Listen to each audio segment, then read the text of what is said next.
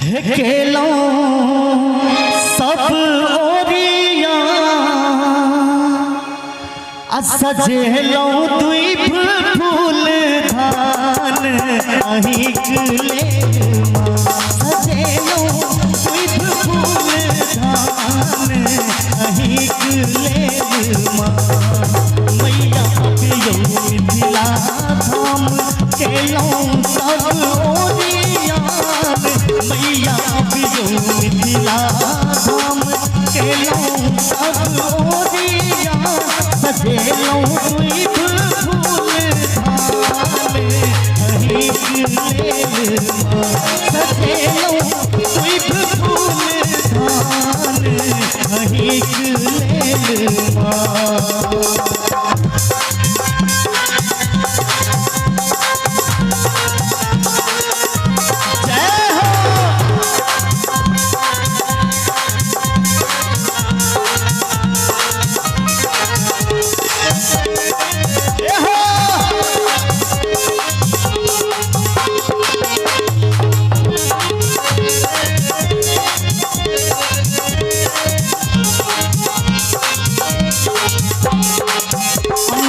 अरहुल लाले लाल मोहे करैले श्रृंगार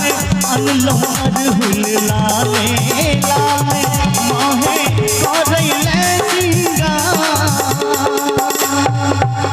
और देवी मैया के सबसे प्रिय फूल होय छै अरहुल, तै दुआरे मां से कहै छै जे अनलो अरहुल लाले लाल मोहे करैले सिंगार असंगे कस्तूरी चानन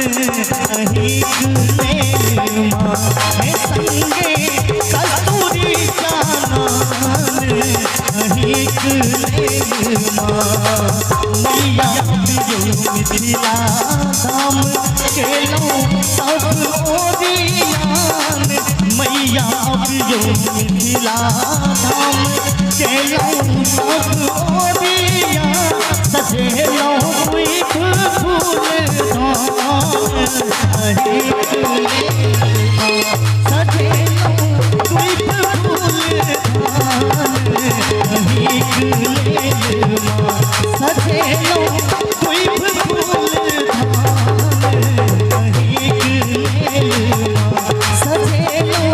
द्वीप फूल धान अहिक ले से अहिक ले